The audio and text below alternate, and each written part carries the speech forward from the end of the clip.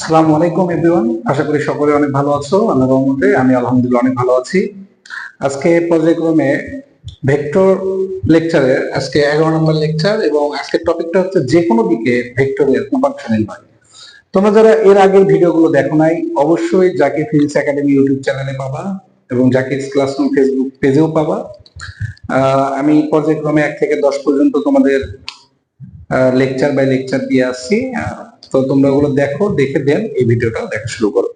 তো আসো আমরা শুরু করি। তো টপিকের নাম হচ্ছে যে কোনো দিকে ভেক্টরের উপাংশ। আমরা গত লেকচারে বা গত ভিডিওগুলোতে আমরা দেখেছিলাম যে একটা যে কোনো লব্ধি ভেক্টরকে দুটো লম্ব উপাংশে ভাগ করা দেখেছিলাম। কিন্তু যদি এমন হয় যে উপাংশগুলো লম্বালম্বি নাই, ঠিক আছে, তো এই উপাংশগুলোর মান আমরা কিভাবে নির্ণয় করব, আমরা এই ভিডিওতে এটাই ক্লারিফাই করবো। আসো দেখি। তো দেখো, এটা হচ্ছে আমাদের একটা কথার কথা, এটা একটা ভেক্টর। ভেক্টরটা হচ্ছে কি আর আর ভেক্টর, ঠিক আছে। এই ভেক্টরটা কি আমাদের বলবো, আর ভেক্টর। তো এই আর ভেক্টরকে ধরো দুটো উপাংশে ভাগ করা হয়েছে।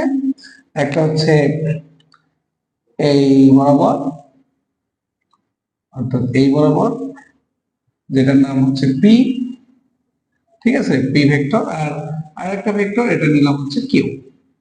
তোমরা যদি খেয়াল করো, এই দুটো ভেক্টর কিন্তু আর ভেক্টরের সাথে লম্বালম্বি নাই, ঠিক আছে, যে কোনো কোণে যে কোনো দিক বরাবর। তো এই ক্ষেত্রে আমরা এইগুলোর ভ্যালু বা এই ধরনের আমরা উপাংশগুলোর মান কিভাবে নির্ণয় করব, আমরা এটাই এখন দেখব। তো তার আগে তোমাদের জেনে রাখি, আমরা অনেক আগে থেকে কিন্তু শিখছিলাম। যেমন ধরো পি, এটা যদি এটা ধরো এর সাথে আলফা কোণে আছে, এটা ধরো এর সাথে কি কোণে আছে, বিটা কোণে আছে। কিউটা লব্ধির সাথে বিটা কোণে আছে। পি আর এর সাথে আলফা কোণে আছে লব্ধির সাথে। তো আমরা নরমালি কিন্তু এটা জানি যে পি প্লাস কিউ এই দুটা ভেক্টর যোগফল হচ্ছে আর। কিন্তু উদ্দেশ্য হচ্ছে যে এখানে উপাংশ বিভাজন যেহেতু আমরা আলোচনা করব, এটা কিভাবে বের করা যায়। লম্বালম্বি থাকলে তো আমরা গত ভিডিওতে গুলোতে দেখছি, সরাসরি আমরা লিখতাম যে ধরো আর যদি লব্ধি হয়, তাহলে তার আনুভূমিক লম্ব বরাবর যেটা আছে সেটা আর cos থিটা হবে, তার মান আনুভূমিক উপাংশের মান, আর উলম্ব উপাংশের মান হবে আর সাইন থিটা বা আর সাইন আলফা। কিন্তু এখন কথা হচ্ছে এখানে কিভাবে বের করা যায়। দেখো, এটা বের করতে গেলে আমাদের একটু একটা নিয়ম জানতে হবে। ধরো যদি একটু খেয়াল করো, এখানে কিন্তু এটা একটা সামুদ্রিকের মতো আর কি। তো এটা যদি দেখো একটু, যে এই বাহুটা আর এই বাহুটা এরা কিন্তু সমান্তরাল। সমান্তরাল যদি হয়ে থাকে, তাহলে এই কোণটা কত হবে বলতো, এটা বিটা হবে, ঠিক আছে, এটা বিটা হবে। এবং এই কোণটা কত হবে, অবশ্যই ত্রিভুজের তিনটা কোণের সমষ্টি কত, 180 ডিগ্রি। তাহলে 180 মাইনাস কত হবে, আলফা প্লাস কি, বিটা, ঠিক আছে। তাহলে দেখো, আমরা কিন্তু তিনটা কোণের মানে জেনে গেলাম ত্রিভুজের। তো এই ত্রিভুজকে আমরা নামকরণ করি। ধরো এটা ও, এটা এ, বি, সি, এটা একটা চতুর্ভুজ, আর এটা একটা ত্রিভুজ ও বি সি। যদি তুমি দেখো ও বি সি ত্রিভুজের এখানে এই পি ভেক্টরটার মান আমি ধরলাম হচ্ছে, এটা তো ভেক্টর, তো এর মানটা আমি চিন্তা করলাম এটা হচ্ছে আমাদের পি, ঠিক আছে। আর এটা কিউ ভেক্টর, তো কিউ এর তো মান আছে, তাই না। তো সেই মানটা আমরা চিন্তা করলাম কি, কিউ। আর আর ভেক্টরের মানটা হচ্ছে কত, আর। এখন যদি তোমরা ভালো করে দেখো, এই যে বাহুগুলোর মান নিলাম আর কি। তো এখন তোমরা যদি ত্রিকোণমিতির গুণাবলী গুলো জেনে থাকো, যেমন ত্রিকোণমিতিতে আমরা শিখবো যে একটা ত্রিভুজের গুণাবলী শর্ত অনুযায়ী ত্রিকোণমিতিতেই তোমরা এগুলো পড়ে থাকবে, যে সাইন ল নামে একটা ল আছে, ঠিক আছে। কি ল বলতো, সাইন ল। তো এটা আমরা জানি, আর যারা জানো না তারা খুব দ্রুতই জেনে যাবে, সমস্যা নেই, ম্যাথের উপর করবা। তো এখন দেখো যে সাইন ল অনুযায়ী এটা খুবই ইজি একটা ল। একটু দেখো তাহলে বুঝবো। ধরো আমি যদি পি বাহুটা নিই, ঠিক আছে, তাহলে পি বাহুর বিপরীত কোণ কত, বিটা। তাহলে এই ত্রিভুজে পি বাহুর বিপরীত কোণ বিটা, তাহলে হবে কি সাইন বিটা। তাহলে যে বাহু নিব তার বিপরীত কোণের সাইনের অনুপাত সর্বদাই ধ্রুব হবে। তো দেখো, এইবার দেখো, যদি কিউ নিই তাহলে তার বিপরীত কোণ আলফা, তাহলে কিউ ডিভাইডেড কি, সাইন আলফা। আবার যদি আর নিই তাহলে তার বিপরীত কোণ কি, সাইন 180 মাইনাস আলফা প্লাস কি, বিটা, ঠিক আছে। তো এটা থেকে আমরা এইভাবে লিখতে পারি, P by sine beta equal Q divided কি, সাইন আলফা ইকুয়াল তোমার হচ্ছে R divided sine alpha plus beta. অনেকে অবাক হয়ে গেল, 180 করে গেল। আসলে আমরা একটা ল জানি কিন্তু অলরেডি, যে সাইন তোমার হচ্ছে পাই মাইনাস থিটা ইকুয়াল লেখা যায় সাইন থিটা, ওকে। এটা আই হোপ তোমরা এসএসসি লেভেলে শিখে আসছো ত্রিকোণমিতিতে, হায়ার ম্যাথে। তো দেখো তাহলে এখান থেকে আমরা কিন্তু অনেক কিছু সম্পর্ক দাঁড় করাতে পারি, যেহেতু আমার পি ভ্যালুটা খুব জরুরি ছিল, উপাংশের মানগুলা। দেখো আমি পিটা যদি রাখি আর সাইন বিটা এখানে চলে যাবে না? তো তাহলে আমরা পি এর ভ্যালুটা কি পাচ্ছি দেখো তো, পি ইকুয়াল টু আমার হচ্ছে আর তো আগে থেকে ছিল, আর সাইন কি বলতো beta divided sine alpha plus beta. এটা কিন্তু অলওয়েজ মনে রাখবে মোট কোনটা। আবার কিউ যখন আমি নিতে যাচ্ছি তখন দেখো কিউ রাখলে সাইন আলফা এর পাশে চলে যাবে, আর sine alpha divided sine alpha plus beta. তাহলে ভালো করে খেয়াল করো তো তোমরা যে এখানে একটা মানে এটাই আমাদের মান, ঠিক আছে? এখানে শুধু মান বোঝাচ্ছে। এখন হয়তো বলতে পারো যে ভাইয়া দিকটা কই, দিক কিভাবে বের করবো? তোমরা তো শুরুতে ছবিতেই দেখতে পাচ্ছিলাম যে লব্ধির সাথে লব্ধির মানটা বলা থাকবে, লব্ধির সাথে পি ভেক্টরটা আলফা কোণে আছে এবং কিউ ভেক্টরটা বিটা কোণে আছে লব্ধির সাথে। সো দিকটাও তাই ছবিতেই দেখতে পাচ্ছ, কিন্তু মানটা বের করা আমাদের আসলে কনসার্ন ছিল, কনসার্নের বিষয় ছিল। কারণ আমরা এর আগে লম্ব উপাংশগুলো মান বের করা শিখছি, কিন্তু আমরা যে কোনো দিকে উপাংশ বের করা পারতাম না। এখন আই হোপ আমরা সবাই পারবো। ঠিক আছে, তো এটা মনে রাখার একটা ট্রিক দিচ্ছি তোমাদের। দেখো যখন আমি পি বাহুটা নিয়েছিলাম বা পি ভেক্টরটা, তখন দেখো পি বের করতে গেলে লব্ধির সাথে সাইন কিন্তু বিটা, অর্থাৎ পি এর সাথে যে কোণ সেটা নয়, বিটাটা নিছি।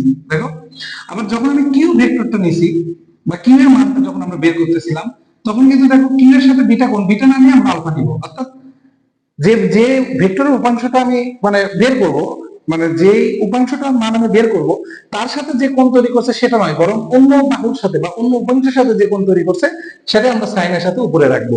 এটা মনে রাখার জন্য তোমার খুব উপকার হতে পারে আর কি। কিভাবে আসছে সেটা তো দেখাইলাম। ওকে, ঠিক আছে।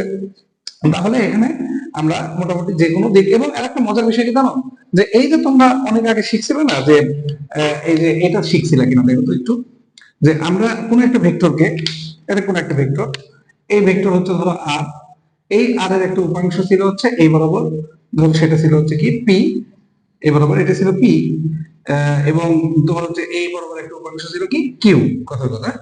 তো এখন আমরা একটু আগে দেখছিলাম যে এটা যদি আলফা হয়, কথার কথা, লম্ব উপাংশ তো আমরা আগে থেকে জানি এর মানটা কত হবে, আগে থেকে জানি, সেটা হচ্ছে আর কস কি আলফা। এটা গত ক্লাসগুলো যারা দেখো নাই তারা অবশ্যই দেখবা, গত ক্লাসগুলোতে আমরা এগুলো কি করেছিলাম। ঠিক আছে, তো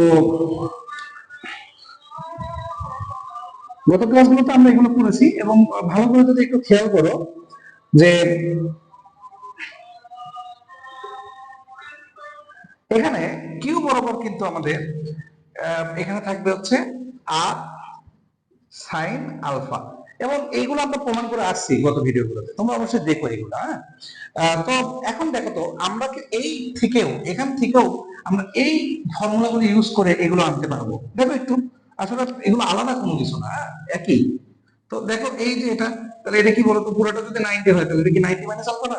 দেখা যায় কিনা বলো? হ্যাঁ, তাহলে আমি যদি কথা যদি ধরো আমি পির মানটা বের করবো, অর্থাৎ পিটা বের করবো, পিটা কত, ঠিক আছে? তো এই পিটা যখন আমি বের করবো, আমাদের সূত্র কি ছিল দেখো তো, আর আর সাইন কি ছিল ওখানে দেখো বিটা। তো আমার এখানে তো মানে এই যে খেয়াল করো, আমার এখানে পি যখন নিচে, পির সাথে কোন কোনটা আছে, 90 মাইনাস আলফা। তো 90 মাইনাস কি আলফা, যার সাথে পির সাথে যেটা আছে ওটা মানে অপরটা নিলাম দেখো। আর ডিভাইডেড নিচে তো দেখতে পাচ্ছ ইন টোটাল কোনটা কত, আলফা প্লাস বিটা যদি আমরা করি, এখানে বিটাটাই তো এটা না, ওখানে যেটা বিটা ধরছিলাম ওটাই কিন্তু এখন এই পুরো কোনটা। ওকে, আচ্ছা ঠিক আছে, এই বিটাটা এখন এটা। তো তাহলে এখন চিন্তা করো তো, এখানে তাহলে সাইন নিচে কত থাকতেছে, তাহলে হচ্ছে সাইন 90 ডিগ্রি। তো সবাই আমরা জানি যে সাইন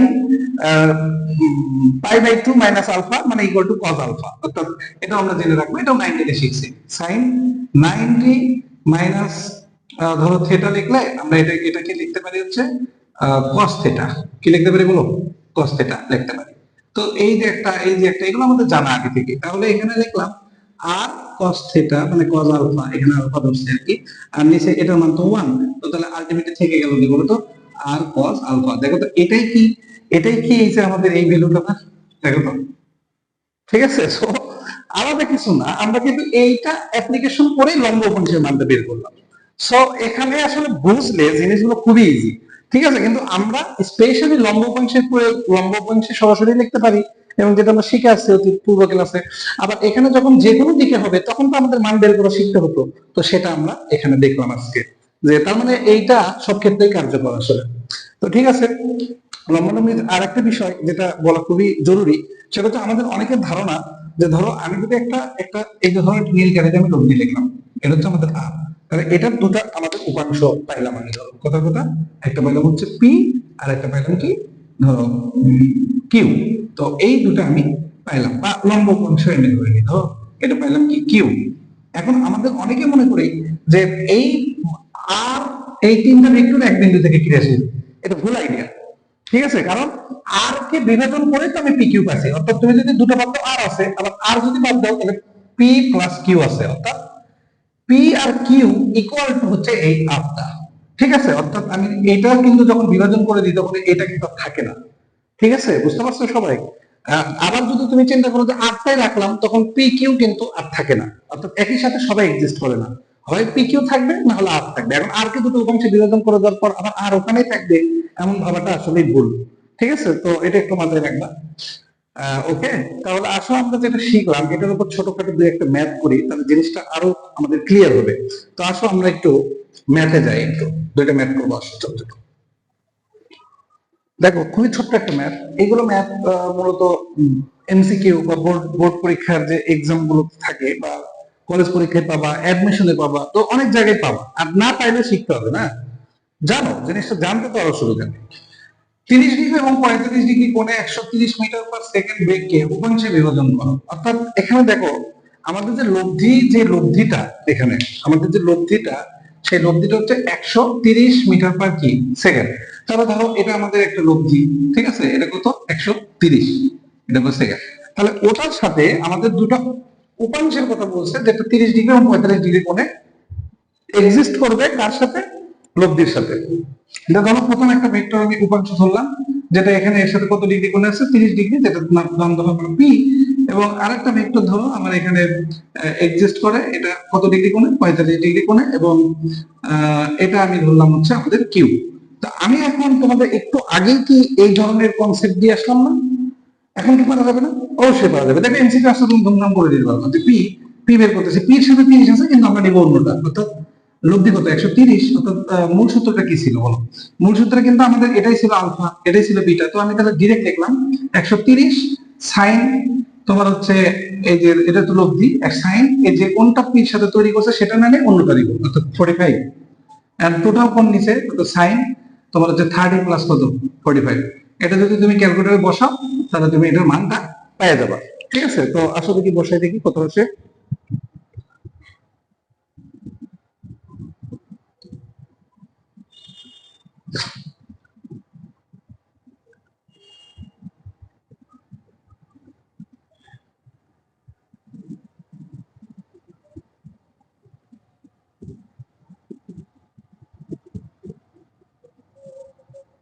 আচ্ছা, অ্যান্সার আসে হচ্ছে তোমার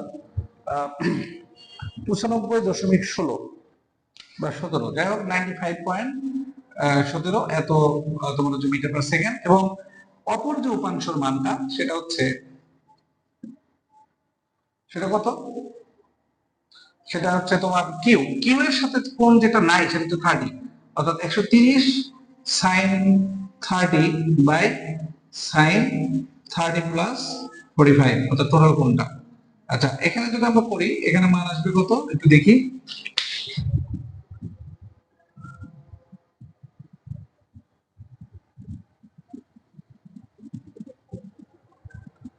এখানে মান আসে হচ্ছে তোমার 67.3 বা 29 এরকম।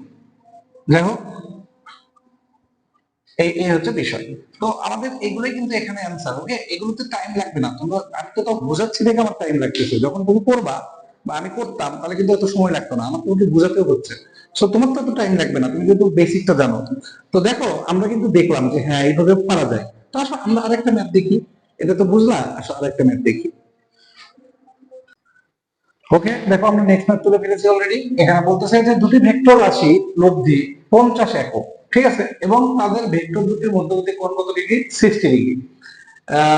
যে রাশিটি লব্ধির সাথে 15 ডিগ্রি কোণ উৎপন্ন করে তার মান কত? তাহলে যদি তুমি ইমাজিন করো বা ইমাজিনেশনে যদি একটু ফিগারটা নিয়ে আসো, ভিজুয়ালাইজেশন করে দেখো তো একটু যে এখানে কি বলতেছে, দুটো ভেক্টর রাশির লব্ধি, যেটা লব্ধি তাহলে আমাদের বলেই দিল 50, এটা বলে দিল। এবং এখানে বলছে তাদের যে দুটো উপাংশ তৈরি করলো, এটা একটা, ধরো এটা একটা, ঠিক আছে, এটা একটা পি ধরলাম এই আগের মতো, এটা কিউ ধরলাম, এবং বলছে যে যেটা তোমার হচ্ছে লব্ধির সাথে 15 ডিগ্রি তৈরি করে। তো ধরো আমি বললাম লব্ধির সাথে, কথার কথা যে এটাই হচ্ছে আমার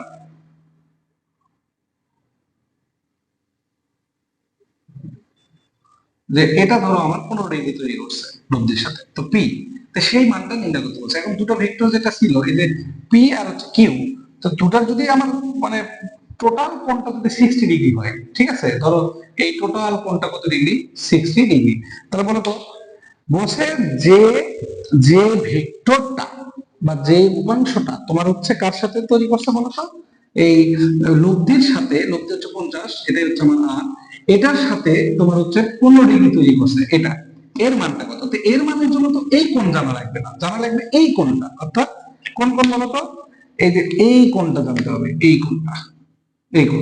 তো এই কোণের মান কত বলতো, 60 থেকে তুমি হচ্ছে 14 বাদ দাও, তাহলে 45 ডিগ্রি হয়। তাহলে এখন আমরা পেয়ে গেছি পি ইকুয়াল টু তোমার হচ্ছে 50 মানে 50, তোমার হচ্ছে, আচ্ছা অনেকে সূত্র বুঝবে না যে সূত্র কি করতেছে, অনেকে এরকম আছে, তো আর সাইন কি ছিল বলো, সাইন এটা বিটা ধরছি, তো ওই বিটার মানটা এখানে বলবে, ধরো এটা বিটা, আর এটা ছিল আমাদের সূত্রের কি, এই যে এটা ছিল আমাদের আলফা। তো তাহলে এখন যদি দেখো এখানে আমাদের করতেছে beta by sine alpha plus beta, এটা আমি ডিরেক্ট লিখবো পরীক্ষায়, কারণ আমাদের এমসিকিউ বেশি টাইম দেওয়া যাবে না। তো এটা কত 50, এটা কত সাইন, কত সাইন 45, কারণ যার সাথে করছে সেই কোণ তো নেওয়া যাবে না, যেহেতু পির মানটা চাচ্ছে। তাহলে এখানে সাইন টোটাল কোণটা কত, 60, তো 60 এটা তুমি বসাও, যে রেজাল্ট আসবে এটাই আমাদের কি মান, ঠিক আছে, এটা আমাদের মান, ক্যালকুলেট করে বসাবো কত আসে। তো দেখো আমরা কিন্তু অলরেডি এই টপিকটা খুব ভালোভাবে কি করলাম, শিখে গেলাম। তো আমি আজকে আরেকটা ছোট্ট একটা টপিক আমি তোমাদের পড়াবো, আর বেশি টাইম লাগবে না, একটু একটু ধৈর্য ধরো, হয়ে যাবে। তো সেটা হচ্ছে লম্ব উপাংশের প্রয়োগটা।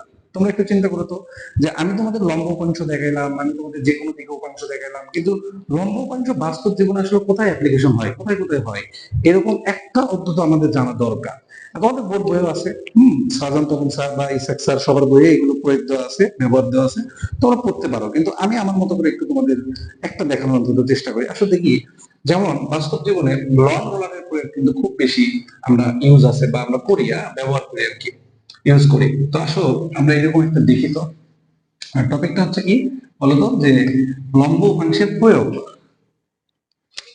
ঠিক আছে, আমি এটা বলেই দিলাম যে এটা হচ্ছে লম্ব উপাংশের প্রয়োগ, লম্ব উপাংশের প্রয়োগ, ঠিক আছে, লম্ব উপাংশের প্রয়োগ। আচ্ছা, তো যেমন ধরো আমি দুটো গাড়ি নিলাম, ওকে, এটা একটা গাড়ি, গাড়ি বা একটা বস্তু যেটা চাকাযুক্ত, ঠিক আছে, এটা কি যুক্ত বলতো, চাকাযুক্ত দুটো দুটো বস্তু নিব আমরা বোঝানোর জন্য, যারা একটা সারফেসের উপর আছে, ঠিক আছে, একটা সারফেসের উপর আছে তারা। তো এখন কথা হচ্ছে যে যে সারফেসের উপর দিয়ে যারা চলাফেরা করতেছে আর কি,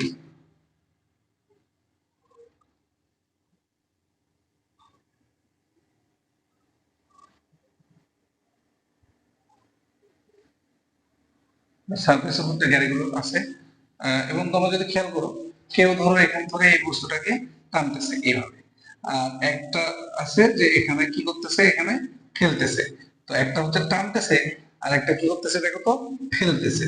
তো আমরা দেখলাম একটা হচ্ছে আমাদের কি টানতেছে, আর একটা কি করতেছে, এইভাবে ঠেলতেছে এই কোণটায়। তো দেখো আমরা এখন বোঝার চেষ্টা করব যে এই ঠেলা বা টানার ক্ষেত্রে কোনটা বেশি আমাদের ইজি হবে, ঠেলা সহজ নাকি টানা সহজ। এখন কথা হচ্ছে যে তোমরা এই প্রয়োগটা পরবর্তীতে দেখবে ট্রলি ব্যাগের ক্ষেত্রেও এটা থাকবে। এই একটা দিয়ে আমরা অনেকগুলো বুঝে যাবো। তো যেমন ধরো আমি এখানে এফ বলে টানতেছি, তোমরা সবাই এখন একটা কথা বলো তো, যে এখানে তুমি যখন এই বস্তুটাকে এখান থেকে এফ বলে টানতেছো, তখন এই আনুভূমিকের সাথে এখানে একটা কোণ তৈরি হচ্ছে না, সেটা কি কোণ, আলফা কোণ।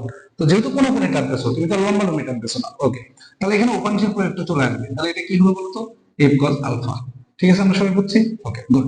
তাহলে দেখো এই দিকে কি কাজ করতেছে, তখন আমাদের এফ সাইন আলফা আমরা বিয়োজন করে ফেললাম।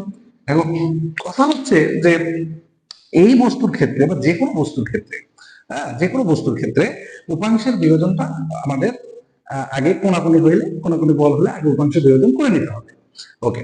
তাহলে এখন দেখো যখন আমরা ঠেলতেছি তখন উপাংশ বিভাজনটা কেমন হবে, এটাকে একটু ঠেলা দাও, তাহলে এটা কি শিফটিং করে এখানে চলে আসে না? তো এখানে দেখো এটা ধরো আলফা কোণ তৈরি করছে, তাহলে অবভিয়াসলি এটা এখানে এটা কি ছিল, আসলে আলফাই ছিল, তো এটাও এই জন্য আলফা, তাহলে এটা আমরা ভুলে গেলাম। এখন দেখো এই বরাবর কি কাজ করতেছে, এফ কস আলফা এগেন, আর এই বরাবর কি কাজ করতেছে, অবশ্যই এফ সাইন আলফা। এখন প্রশ্ন হচ্ছে স্যার আপনি কেন এখান থেকে নিলেন না, কারণ আদি বিন্দুটা মানে তোমার হচ্ছে এক জায়গায় থাকতে হয় লব্ধি নির্ণয়ের ক্ষেত্রে, যতগুলো ভেক্টরই থাক না কেন। তো এটা এখান থেকে তো আর আমরা বিভাজন গুলো বুঝবা না, তাই এটাকে শিফট করানো যায়, শিফট অফ এ ভেক্টর বা শিফটিং ভেক্টর, এটা আগের ক্লাসগুলোতে আমি করেছি, একটু দেখো। তাহলে আমরা যখন এটা একটু নিচে নিয়ে আসলাম তখন কিন্তু এটা আর এখানে এক্সিস্ট করে না, ঠিক আছে? তো তাহলে এখন যদি খেয়াল করো, আমাদের এখন যে জিনিসটা জানতে হবে, আমরা একটা বস্তুর ওজন বলতে কি বুঝি বলো তো? আমরা যখন কোনো কিছু ওজন বলি তখন কিন্তু আমাদের চোখ বন্ধ করে ওজন ইকুয়াল টু আমরা কি জানি, এমজি। এই যে আমরা এটা জানি, এটা পুরোপুরি রাইট নয়, ঠিক আছে? এটা পুরোপুরি রাইট নয়, কারণ দেখো তুমি যখন শূন্যে ভাসো বা কোথা থেকে লাফ দাও, অথবা যখন লিপ ছিঁড়ে কেউ পড়ে যায়, তখন কিন্তু সে যখন শূন্যে ভাসে তখন কিন্তু তার নিজেকে ওজনহীন মনে হয়। তার মানে কি তার ওজন নাই? আছে আসলে। তার মানে ওজনের প্রকৃত ফিল পেতে হলে তোমাকে অবশ্যই একটা সারফেস থাকতে হবে, তলের প্রতিক্রিয়া থাকতে হবে। তাহলে আমরা যদি অন্য কথায় বলি যে ওজন আসলে কিছুই নয় বরং একটা তলের প্রতিক্রিয়া, ঠিক আছে? একটা ওজন আসলে একটা কি তলের প্রতিক্রিয়া আসলে। এটা তোমরা অনেক কিছু পরবর্তীতে এগুলো জানতে পারবা। হ্যাঁ, তলের প্রতিক্রিয়া।